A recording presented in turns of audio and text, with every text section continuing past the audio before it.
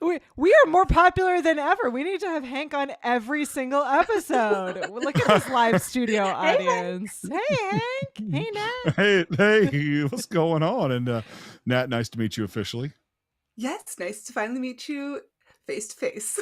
We're pulling Tater Tots out of the live studio audience and putting them on the show. And we are hanging out here tonight at the VHS Club podcast, and we're talking about Con Air, which Hank forced us to watch. So here we are. We have feelings. We're gonna give a disclaimer before we start this movie review. This one, in at least our opinion, not Hank's opinion, is a different kind of movie to review because it's not a good movie, Hank. I don't think. No, but it no. is a really fun movie. So it's got cheesy acting. It's got guys that were in their careers beginning and didn't know jack about acting. So yeah, absolutely. I was saying this movie is terrible, but I love it. It's so entertaining. It's so much fun to watch. And it made me laugh out loud so many times.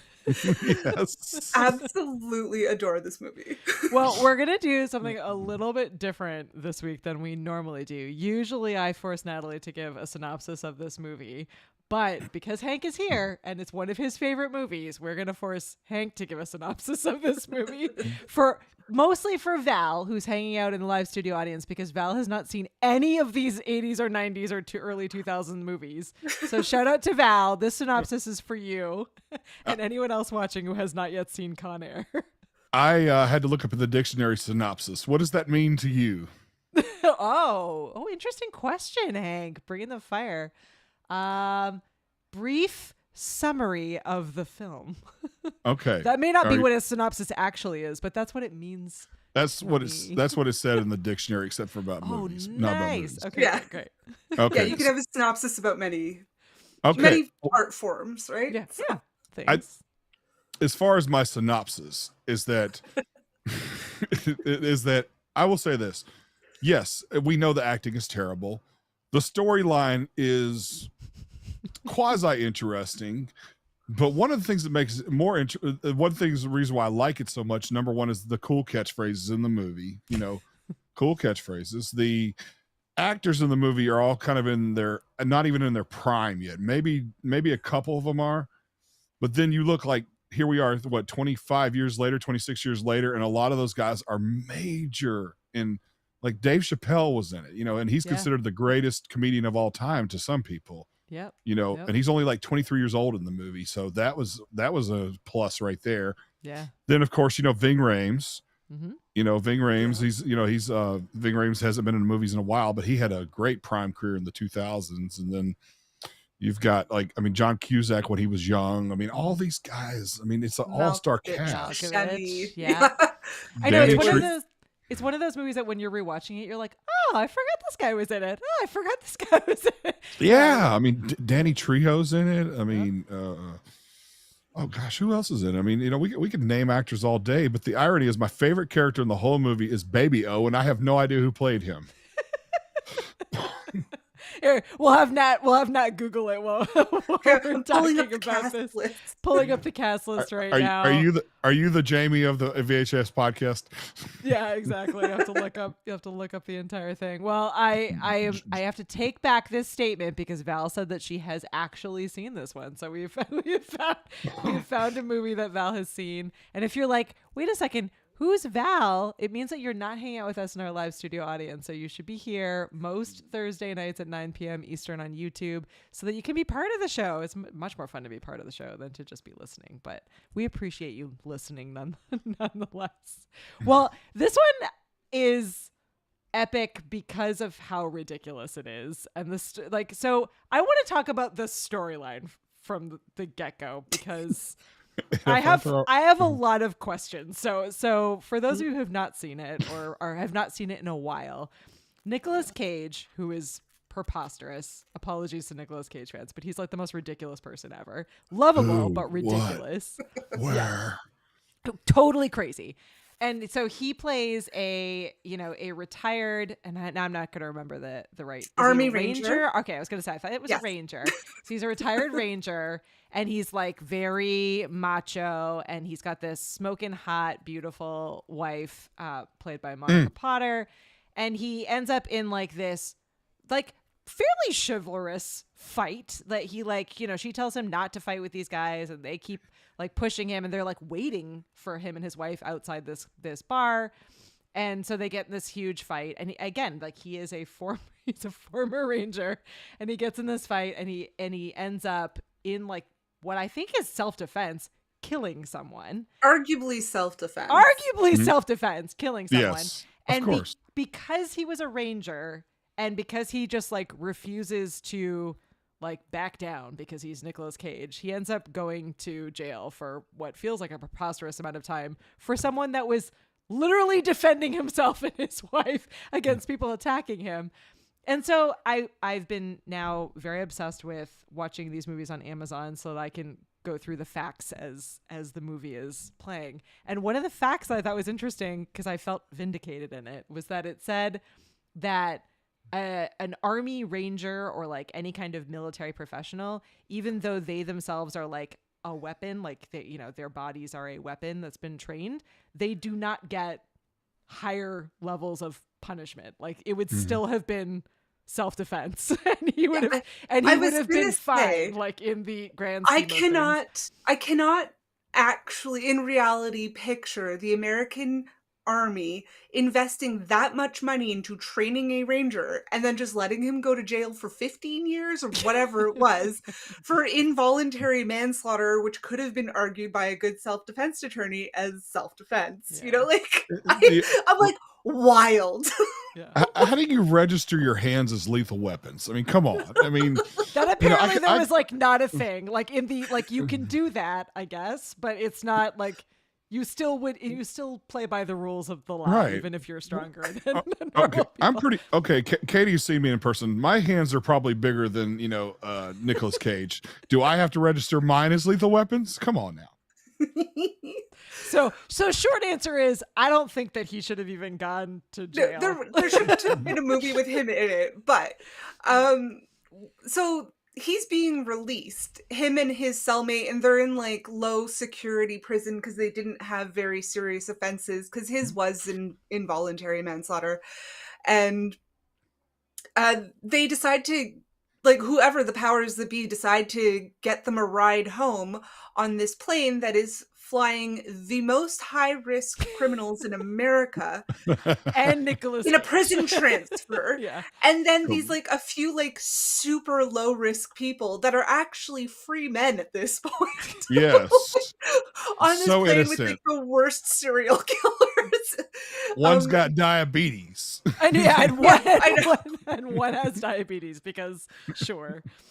I feel like that was my favorite meme, and I'll have to find it and post it because I can't remember the specifics of it, but I was dying of laughter looking at it because it was something like Nicolas Cage spends this entire movie trying to save a man like from dying of diabetes when he's like surrounded by like explosions and murderers and like chaos, and he's just like, I need to save this man with diabetes from dying. It's pretty fantastic, I think. But that aside, it does set up for like a really fun, I will say, like thinking about like screenwriting, if I was thinking about this situation, it does set it up for being just a lot like, I don't know, a really fun kind of crazy ride from start to finish. It looks like we lost Hank, so I'm gonna remove Hank, and if you can hear me, Hank, call back. Well, there's a really good cast of characters and a good cast of bad guys. We have John Malkovich sort of as the ringleader that's trying to do a jailbreak while they're in midair. And he's got a whole bunch of sociopaths on this ride with him, and they have seemed to pre-plan this heist of this plane so they can escape to a non-extradition country or island. And we have Steve Buscemi, who comes out like Hannibal Lecter, like he's chained up, cage on the face, they're cattle prodding him, like, and he's just an intelligent sociopath who has, it implies an affinity for children, which is terrifying and creepy. We have Diamond Dog, who, I'm gonna say something controversial yet brave. Here, go with me on this. As a kid, on this journey. As somebody outside of America, a non-American, his crime was attacking the NRA head office and unfortunately killing a few people because he viewed them as right-wing neo-Nazis. Yeah. Well, I mean, if he succeeded at that time, maybe we could have avoided some future current events. I'm like, was he wrong? I mean, he was right. I mean, murdering people's bad, but he wasn't wrong. People's bad. You're Oh, like, tell me more about these murderers. Oh, yeah. It was a pretty fun. I love your point there. Like, I love the Hannibal Lecter of it all. Like you said, you have this like mixed bag of bad guys who like are as innocent, this is a weird sentence, as innocent as Nicolas Cage's character and as guilty as what looks like a Hannibal Lecter character. And it is just like a weird, and like some are caged and some are caged with like a face mask over, and you're like, wow, this is a crummy job. Who is it? Freak from Hackers. Phone Freak was in it from Hackers. He made a little appearance as one of the crazies. I loved his character. He was real extra. Have you seen Hackers? Ramirez? Yeah, absolutely. So it was the actor that played Freak in Hackers. He was I'm scrolling.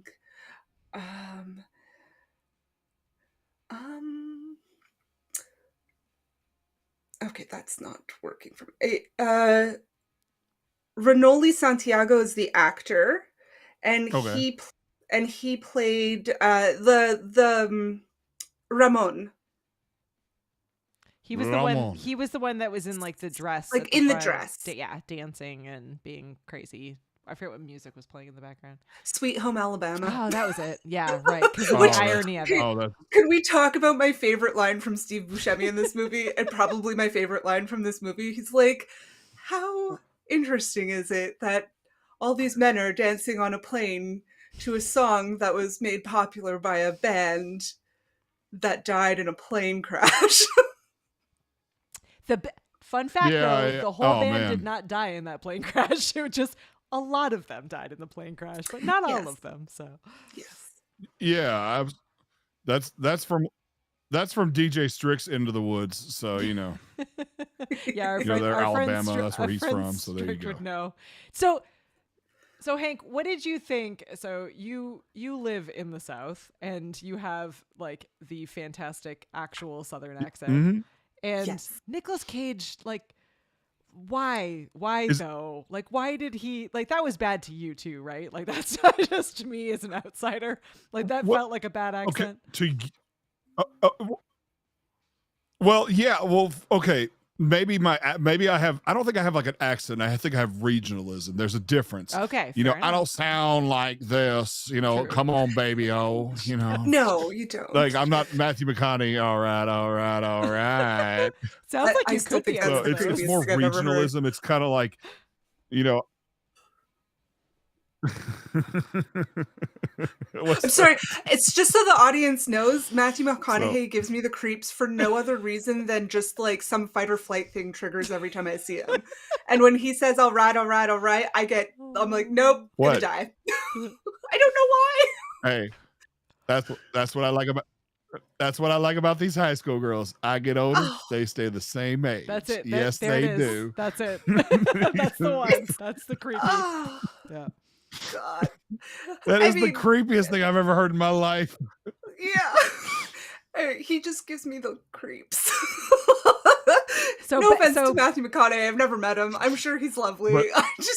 Good actor or bad actor? Good Good accent or bad accent, Hank? What are your thoughts? I would say bad accent, because I don't know, maybe to you, like I said, to you, I might have an accent or a little bit, but I call it more regionalism, as you know, because if I had an accent, then I wouldn't have a radio broadcasting voice, so to speak. You know, True. I took so yeah, bad accent in my opinion. I just found it like I found it distracting. I found it distracting. Yeah, like I actually think that the movie would have been probably like 2 potatoes better for me had he just not bothered with the accent. And then when I was going through like all the fun like movie facts about this movie, there were all these facts where it was like Nicolas Cage traveled to Alabama so that he could learn the accent among the people of Alabama. And I was like, did he really? Like, did he really go there? Because like, come on, people of Alabama, what happened? Like, he did not. I think his acting coach or his voice coach did the best he could with what they had. Yeah. And again, no offense to Nick Cage. I love him in this phase of his life where he's kind of doing like the William Shatner thing where he's in on the joke now with everybody. Yeah.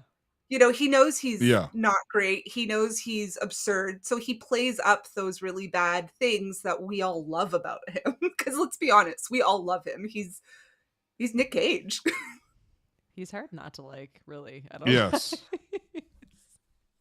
No, I mean, you know, you watch movies like Leaving Las Vegas, and that was a brilliant performance, in my opinion, that he did. So, you know, it's just this movie. You know, he was horrible actor. You know, come on now.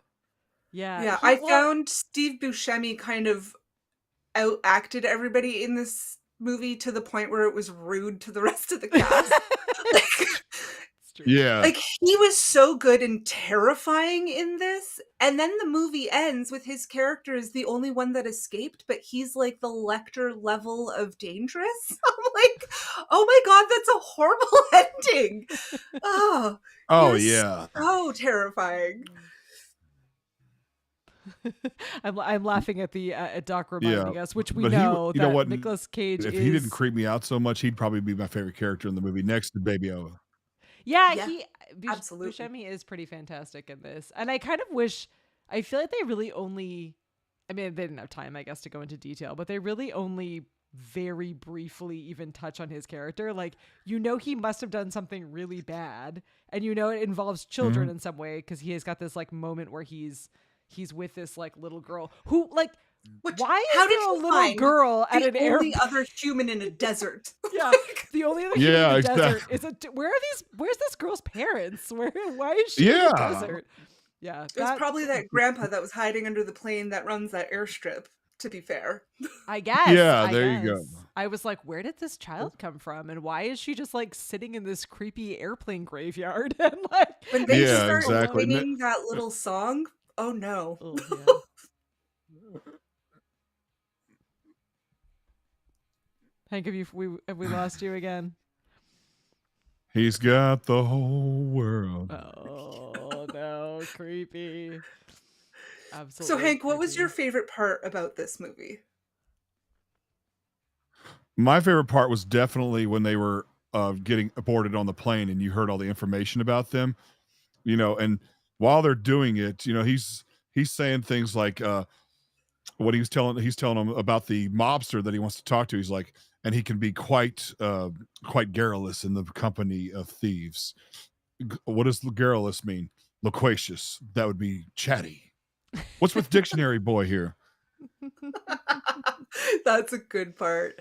I really like the whole dynamic of like this movie's really more about an anti-hero than a hero. Mm-hmm. Like Larkin is set up to be this nerdy.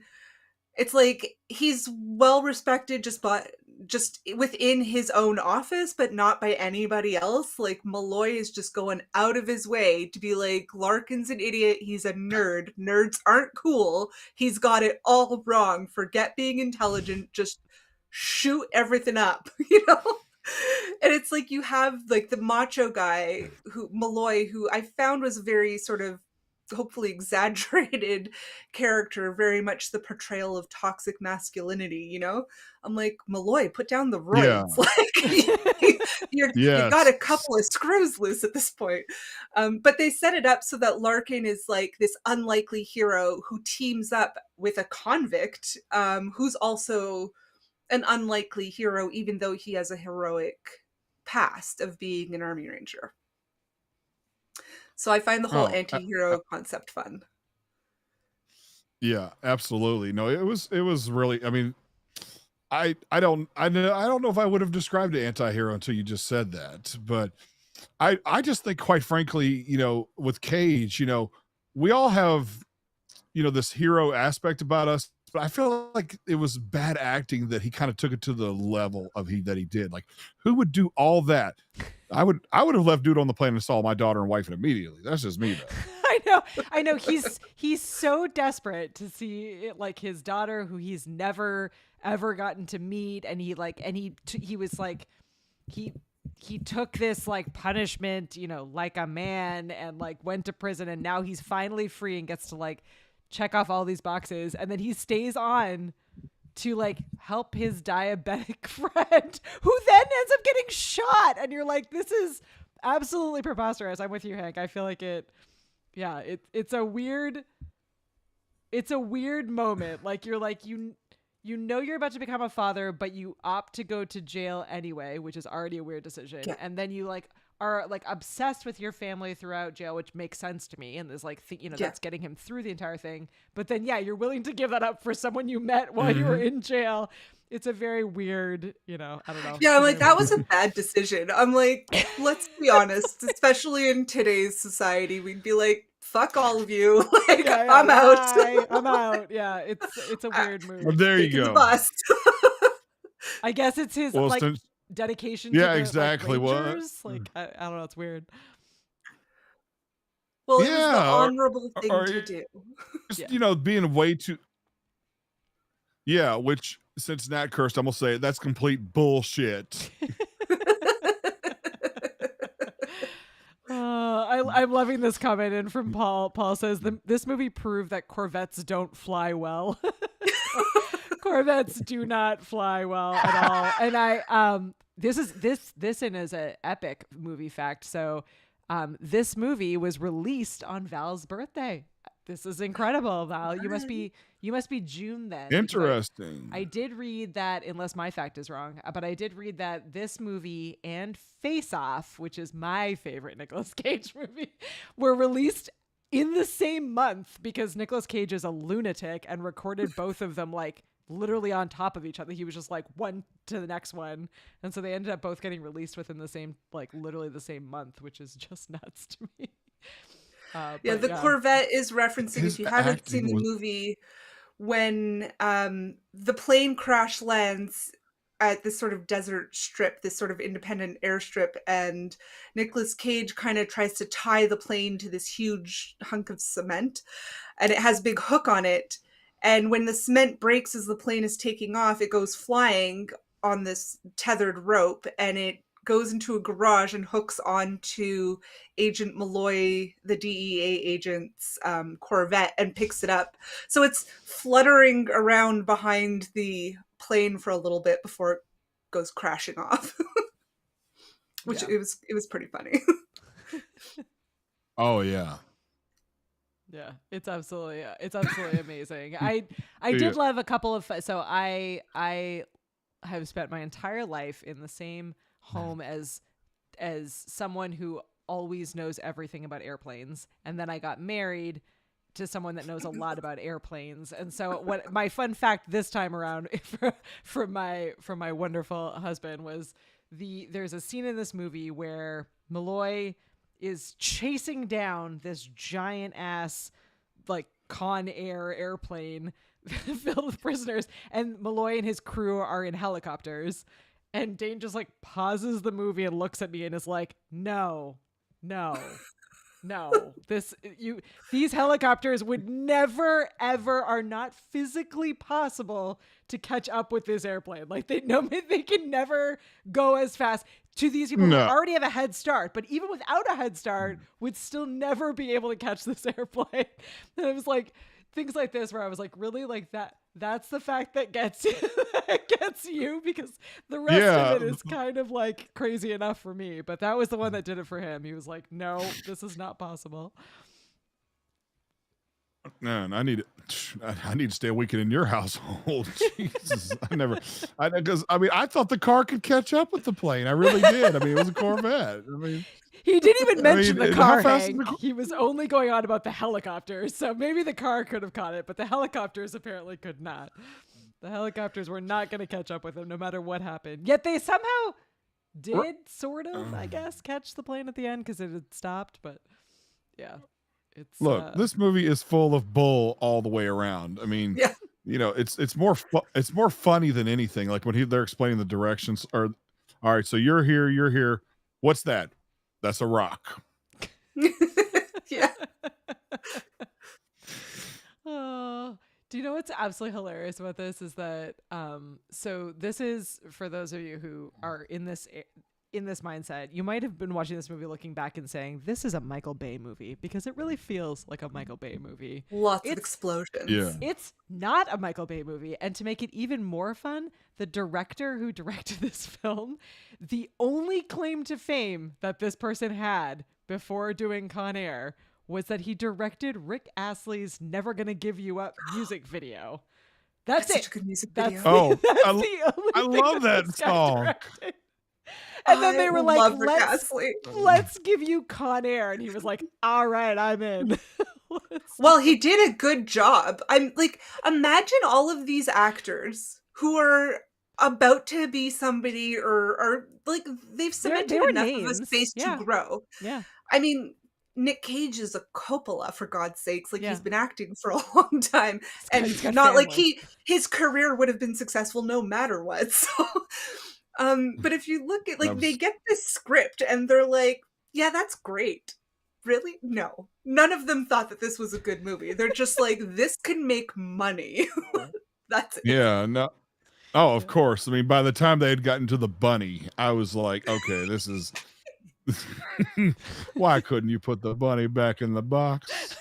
You got see, now you could have done his accent all the way through, Hank. You sound much more like Nicolas Cage should have than Nicolas Cage did. I did love Nat. I know it's not regionally correct, but do you have would have been a better accent. Do you have your bunny? Nat stole her. She stole her niece's bunny. I was going to steal my niece's pink bunny for today, but I forgot to go get it. Well, another time we'll have to feature the bunny. But the thing that I loved about it, so if you haven't seen this, Nick Cage is desperately trying to get home to see his daughter, who he has never seen, who he loves with all of his heart, but then gets caught up in the fun of saving random prisoners.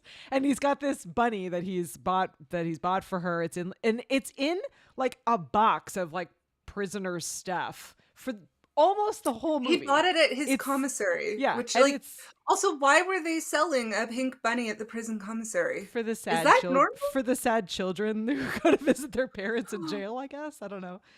But that makes sense. but it's in a, like, what I didn't realize about this until I was like thinking about it and rewatching it again. But this bunny is in like a box and is like in fine condition, good for 98% of this experience in this movie, and it's only in like the last like minutes of like the plane like going through every conceivable like explosion and craziness and whatever, the bunny gets crashing like, through buildings, thrown like out of it, and like ends up in like a puddle, and by the time you see the bunny, its like arm is like half fallen off and it's like charred and gross. And you're like, man, that bunny like really was very close to being fine given the craziness of this movie. It almost made it to the end, but all of a sudden the bunny is dirty as hell. I don't understand that. It got real he dirty. Still gives it to the kid, minutes. And she's like, "Oh, thanks." I know, and I know that scene was supposed to be like her afraid to like of her father, who she's never met. But it really came across as like that's a very gross thing. I don't want that moment, which wasn't the same vibe that they were going for. So ungrateful. So Yeah, ungrateful. such an ungrateful child. Such an ungrateful child. He got you a dirty ass bunny. You better put that bad boy in the washing machine and then be like, oh, I got such a patient wife. Like, if we take a moment to talk about this wife like finally gets her husband back after he's been like part of the Rangers for who knows how long. And she's like, just be here with me. And like, it's so great to see you and spend time here. And then almost immediately he like does what she asks him not to do. And he ends up killing this person. And then he chooses his own dignity and like feelings of pride over her and their unborn child. And then he like tries to save the day with this Con Air play. Like, she is instead of just patient. going home. I would have been like, no. Yeah, no, I'll die. No, now you never see your child. Yeah, no. She was like, no. I mean, and that's unrealistic too. Okay, I'm more of a brunette guy, but she's a solid 10. Okay, so 10, yeah. you think that you really think she waited 7 years? Didn't have a relationship with a guy. Come on now. I mean, that must be a 90s thing because that wouldn't happen nowadays. Yeah. No, let's just say when I first rewatched this movie, when I first started rewatching it, I was like, oh, is this the one with Vanessa Marcil, who, it's his disproportionately hot wife who is significantly younger than him, who is pregnant and he has to go away on like to do something. And I was like, oh no, that's The Rock. I'm like, same premise, wrong movie. Also a fun one. Right, also Potter. She's super hot. Yeah, Monica Potter. We haven't seen. Don't think I've seen her in anything like super recently. Yeah. She's probably been in stuff, but just not stuff that I've seen. I have to say, I drove Katie and Dane absolutely insane when we went to San Francisco, and I talked in a Sean Connery accent the whole time we were in Alcatraz. Yeah. Yeah. It was peak for me. I was a better accent than Nicolas Cage's. I'm trying to be from Alabama, so. Hey, Connery's accent is hard because it's not really a genuine Scottish accent. And I say that as a half Scottish person. Like it's a Scottish accent with like a speech impediment. And I'm saying this also as like I adore Sean Connery, as every Scotsman does, but. Oh my god. Oh yeah, of course. Well, I'm loving that we have more people hanging out in our live studio audience than we normally do, which is really exciting and fun for us. But Val is asking why he only had one picture from his daughter, and Eden said it's obviously for dramatic effect. Which I'm with you there, Eden. Like it was, yeah. I did notice this, and maybe this is just so. As we all know, I'm the least observant human being known to man. So you can take this with a grain of salt. I was like looking for things to make fun of in this movie, but when Nicolas Cage is in prison, he gets all these letters from his daughter, and there are like letters where she's like way too young to be writing letters, and I was like, was this like the mother wrote this letter like from the child's point of view? I couldn't figure out. Like, cause she's only like, I think like 9 or 10 when he finally meets her. So like some of these letters that he was getting, she was like 3. And I'm like, I don't know, like why 3-year-olds. She did write them in crayon. She did write them in crayon, but my 3-year-olds could not write letters. So I guess when they were 3, that wasn't the thing. Once again, another BS, this kid's a 3-year-old genius. Come on now. I mean, I have to say, I loved the scene where Larkin is going to check Cyrus's cell. Yeah. To see like what happened, like how did all of this come to be that these criminals hijacked the plane, and they knew that Cyrus was the mastermind behind it because of the type of criminal he is. And Larkin was a little more into the psychology of criminals than anybody else in the movie. And he goes in and he finds out like how this plan came to be. And he's like, he tells the guards that are there, like the other agents, like, whatever you do, do not touch anything. He's like 3 steps out of the cell, and some idiot goes and blows him and 2 other guys up because he went to touch something. He's like, what's this? The box he opens literally says on it, do not open this box. And he's like, it's in literally the cell of like a serial killer, and he's like, "Let me open this." Like, yeah, that guy deserved to die. No offense to you. I was like, guard Yeah. guy. well, that's not Larkin's fault. Yeah, like he literally told them. Right.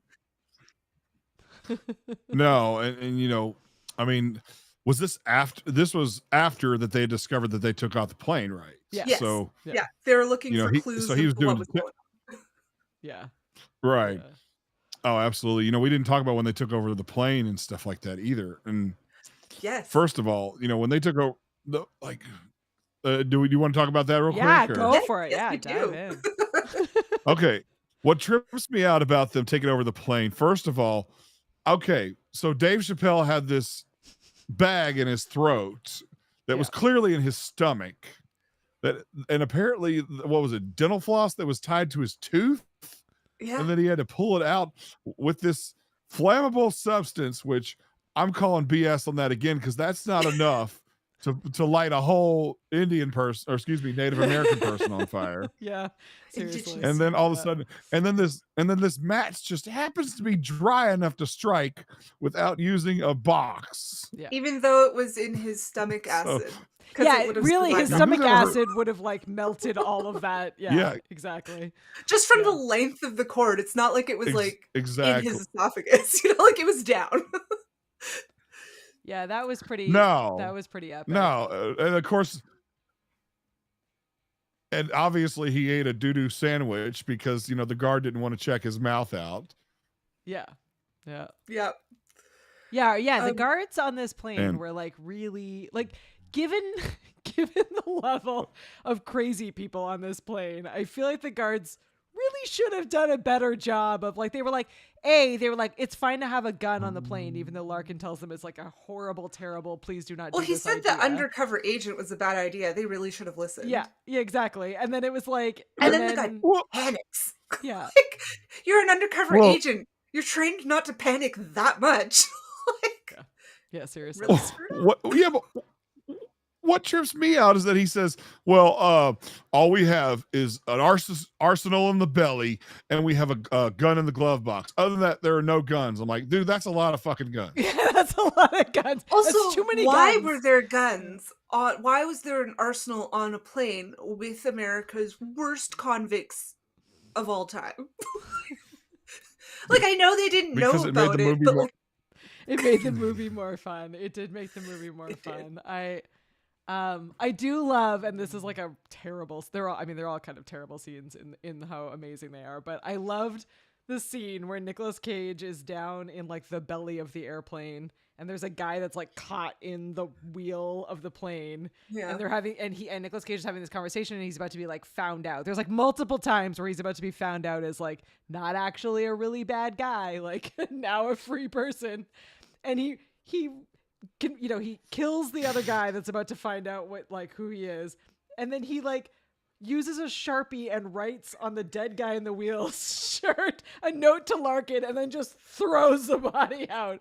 And I'm like, this is epic in that it's just like now there are body notes falling from the sky, and Larkin's just like already having a bad day, and now people are randomly calling him about messages that are falling from the sky. It was pretty But great. do you actually think that Yep. call would have gone through? Like, don't think so. do you think Yeah. there is interdepartmental and like do you Yeah, honestly, is there no. good clear communication between different agencies? I don't think so. Also, I'm pretty sure Larkin would have been like, I'm a little busy right now. Yeah.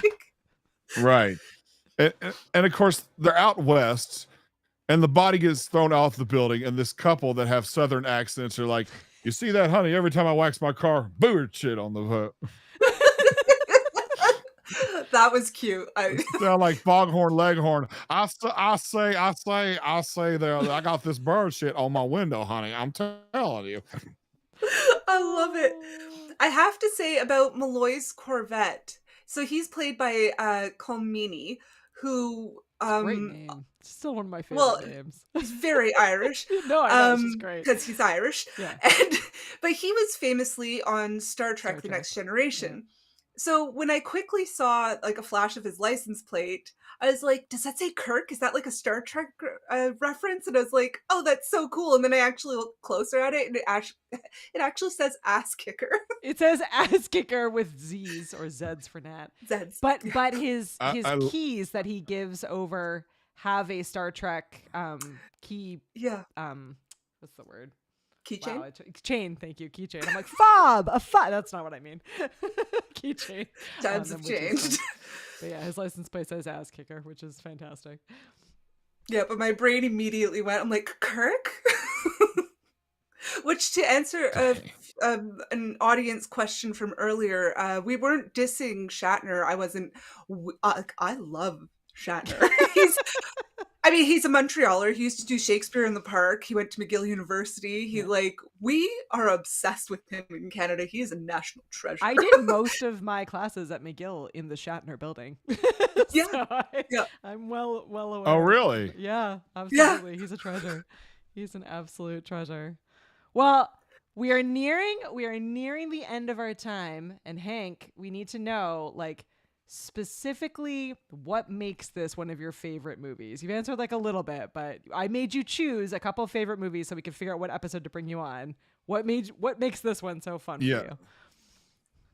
Because it's so quotable. I mean, you could quote it all day and people will know what you're talking about.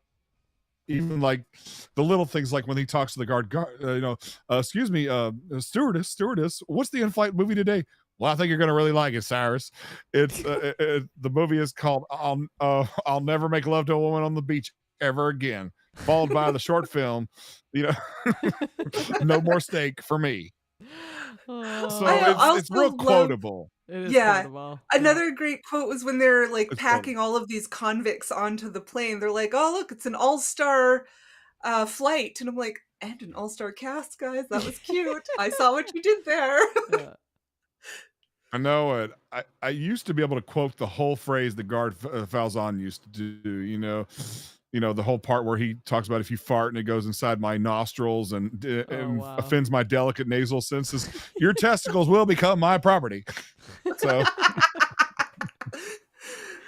I feel like that should apply in real life. It really should. But it's such an awful movie, but it's quotable. I mean, it's a classic. It is an absolute classic, and it is definitely like the epitome of the summer blockbuster action flick, right? It's got like all of the it even has multiple scenes, which SNL has done this like amazing series of like spoof videos on, but it has all the like bad guys and famous guys like walking towards the camera with explosions behind them. Like it's like so bigger than life and preposterous and fun.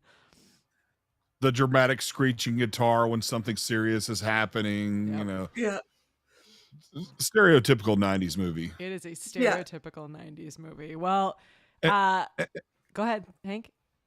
No, I was just going to say, and we're all about the same age, so this might not be considered classic to our older audience or even our younger audience too. So, well, it's classic for us. I don't even know if I'll consider it a classic by like my age definition of a classic. I'm like, classics are in black and white.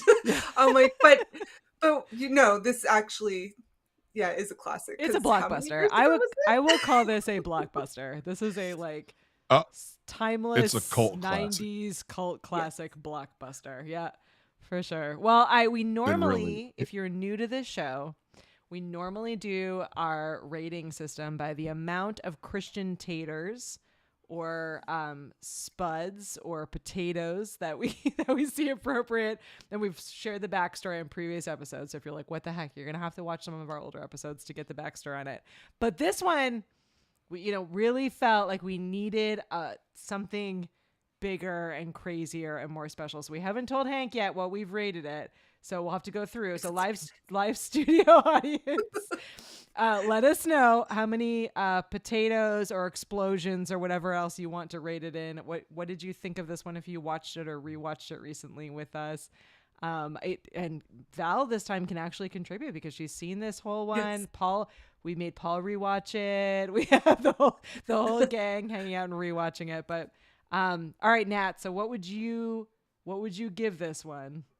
I know you know our rating later, but what? How I many have to things say, would you give this one? the scene when everything's exploding and Nick Cage jumps through that tiny window on the door that's like 5 feet off the ground Yeah. perfectly without cutting himself made me laugh so hard. It has to be at least 3 Has to be taters. at least three taters. All right, Almost 4, because almost 4. it made me giggle so much. As Val said, it did make a lot of money, and So much money. they got to explode a actual Vegas casino. So the scene at the end of the movie where they get to crash in Las Vegas, they actually blew up a casino that was marked for demolition anyway, but they got the joy of blowing something up in real life. So technically they implode them, don't they? Because otherwise fair. the X they made lots of they made it fire. fall down. They made it fall down. All right, Hank, what about you? How many things, potatoes, explosions, what have you, airplanes, con airplanes? Would you rate this one? I'm loving George's comment here. It's three from George. We have 2 landing airplanes from Paul. Doc gives it 25 to life. 25 to life, which might be the best rating system I think I have ever seen. You know, the popularity of this movie has lasted 25 to life. 25 to life. This movie, that might be my new rating, 25 to life. That's fantastic. What about you, Hank? What do you think? Oh, we may have lost Hank. We'll let him think. We'll let him think about it. We'll head over here. So I thought it would be fun to give this one Nicolas Cage winking face. One giant Nicolas Cage winking face. If you're only listening to this on the podcast, you absolutely need to come over and appreciate this in video format on our YouTube channel or in your video player of choice. But yeah, Val says I can't hear y'all. Yeah, I think sorry, Hank, I'm getting some playback from him. It seems he's like a minute behind us. All right, Hank, I'm gonna pop you 40 off seconds. and have you call back, Hank, since sounds like you're listening, so that we don't get our feedback in it. But yeah, we're here. We have 4.5 potatoes because it's so interesting. All right, here we have Hank back. Entertaining. Yeah, interesting was not the right word. Definitely. Entertaining? Entertaining. All right, let me... Tatering, not tatering. This is what happens when I'm distracted. Too many nuts. Too many nuts. There. Now we have a Hank. You back, Hank? Yay! I'm back. Yay, you're back. I'm All right, back. well, for you, we rated this one giant Nicolas Cage winking face. Or... It looks like the consensus is 3. Oh, Val gave it 4.5. 4.5, right? Mm-hmm. So we're somewhere up there, you know. I'm gonna give it a 4. I'm gonna give it 4 because, you know, we know it's a terrible movie, but it's quotable. You know, everybody loves it, whether it's horrible or not. I give it a 4. I give it 4 taters. Yeah, I think I think you're right. I think it's like as terrible as it is, it's highly watchable and you can't help but like it. Like, there's something about it that just is absolutely fantastic. Well, this was super fun. This was made even more fun by the fact that we had Hank on and by the fact that everyone was being silly and wonderful and so much fun in our studio audience. So thank you to all of you Tater Tots for hanging out with us. I talked Natalie into doing Face Off next week, which is my that was such a hard persuasion. Favorite Nicolas Cage movie. So you will all have to rewatch that with us for next week. Go ahead, Hank. Yeah. It is a great one in my absolutely. It was just so fun. I was looking down at my phone most of the time because I was looking at all these funny comments. It's really hard not to get distracted by the so hilarity funny watching of those comments. It was. Yeah, by the hilarity of all of it. Doc says that your plane was hijacked, Hank. which is absolutely amazing. Doc's on fire Oh, tonight. my man, DOC. And Chris is very excited with me about Face Off. Every time I think of Nicolas Cage, all I can hear is his face off. Yeah, it's gonna be crazy, and I'm hoping that if we can't have them on live because it might just be too complicated. Nat and I have really good friends, Scott and Sarah, who are diehard Nick Cage fans. So Scott and Sarah, if you're listening, we might have to just get some like fun photos from you of your Nicolas Cage level of enthusiasm. They have like t-shirts and pillowcases and all kinds of craziness in the Nick Cage world, and are always in solidarity with Nick Cage. No matter how crazy he gets, they just love him more, and it's one of my favorite things about them. So. Agreed. Some of his most recent movies that came out last year, this year, have been actually phenomenal. Really good. Yeah, it turns out he actually can act. Yeah. Well, he can. He gave us a little bit of a taste of his acting absolutely. in the early aughts when he did some of his like darker, more artsy movies. Like he can act. Yeah. He's kind of like the American Michael Caine, where he just does any movie because it gives him a good paycheck. So he has a good repertoire of shit movies, but he's a decent actor when he wants to be. Absolutely true. Well, I'm loving people are like, oh my God, it's Face Off. But Val, Face Off is creepy. I'm with you. It's a moment. It's a moment. We're gonna have some fun. Well, I appreciate all of you for hanging out with us. If you haven't already, please let a friend or two or many know about this show, and be sure to follow us or subscribe depending on where you are watching and or listening. We're here recording live in front of the Tater Tots every most often on Thursdays at 9 p.m. Eastern. And we are always taking movie reviews and requests. So if there's a one that you're like really super excited by, or you want to be like, hey, and can come on and hang out with us, drop us an email. We're at thevhsclubpod@gmail.com, or you can leave us a note or find us on the social medias. Nat keeps signing up for more, so now we're committed. We're all in. We have Instagram, we have Twitter/X. Nat's just been hanging out over there Twitter. posting stuff. Yeah, Nat's in the old school vibe of it. We are in process of getting a TikTok. Yeah. I did find out that when I signed up for the TikTok, I seem to have simultaneously signed up with it, and they sent me an email saying, sorry, you signed up for this handle, but we're actually going to give you this one. So I'm going to try and change it because it's not acceptable to us. Too funny. Well, we'll see you all next time. Thanks for hanging out, Hank. Thanks for hanging out, Tater Tots. And we will see you for Face Off. Thank you, guys. Next week. Bye everyone.